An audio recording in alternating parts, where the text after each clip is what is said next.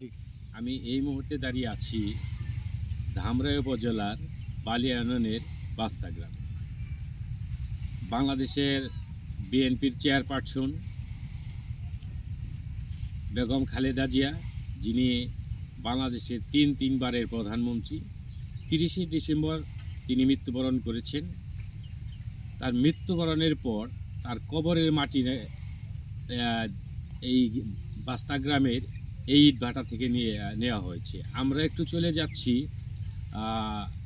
এই যিনি খালেদা জিয়ার কবরে মাটি দিয়েছেন।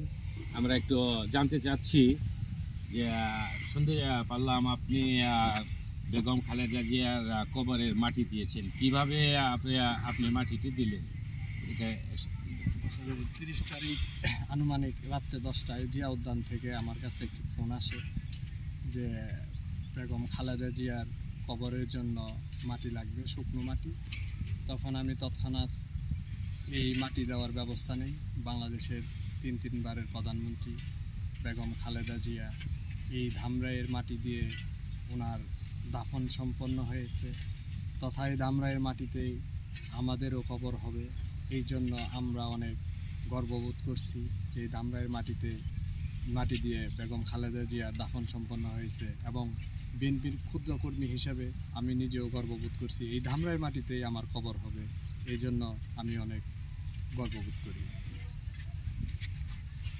বেগম খালেদা জিয়ার মাটি ধামরাই থেকে নিয়ে হয়েছে, এটা আমার নিজেরও গ্রাম। এই গ্রামে আমার জন্ম হবে, মৃত্যু হবে। এই গ্রামের মাটি দিয়ে বেগম খালেদা জিয়ার কবর হয়েছে, এটাতে আমিও নিজেও গর্ববোধ করছি। ধামরাই থেকে এই ছিল আমার কাছে সর্বশেষ।